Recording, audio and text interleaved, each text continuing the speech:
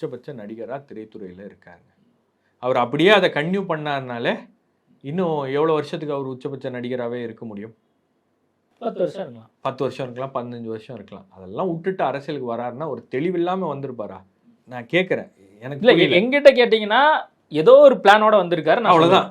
ஆனா அது அவர் மற்ற கட்சிகளும் அரசியல் தெரிஞ்சவங்களும் அவரை என்ன சொல்றாங்க? இல்லைங்க, திட்டம் நீங்க இல்ல, தெளிவில்ல, அரசியல் எழுதி கொடுத்ததை படிக்கிறாரு, தப்பான விஷயத்த படிக்கிறாரு, நீங்க அப்படி விஜய் வெளியே வான்னு சொல்றாங்க.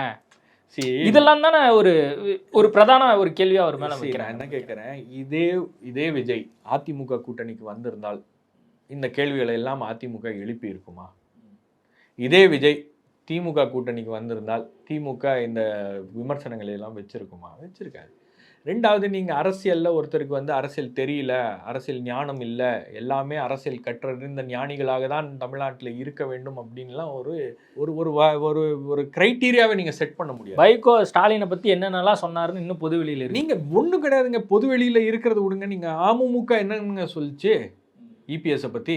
அப்போ இன்னைக்கு அரசியலில் அதெல்லாம் வந்து ஒரு கூட்டணியாக வரும்போது அதெல்லாம் மக்கள் மறந்துடுறாங்க அப்படின்ற மாதிரி தான் இருக்குது. மக்கள் ஞாபகம் வச்சுப்பாங்க, ஆனால் அரசியல் தலைவர்கள் அதெல்லாம் ஓரம் ஒதுக்கி வச்சு மறந்துடுவாங்க. இப்போ இந்த பேட்டிக்கு வருவோம். இந்த பேட்டி கூட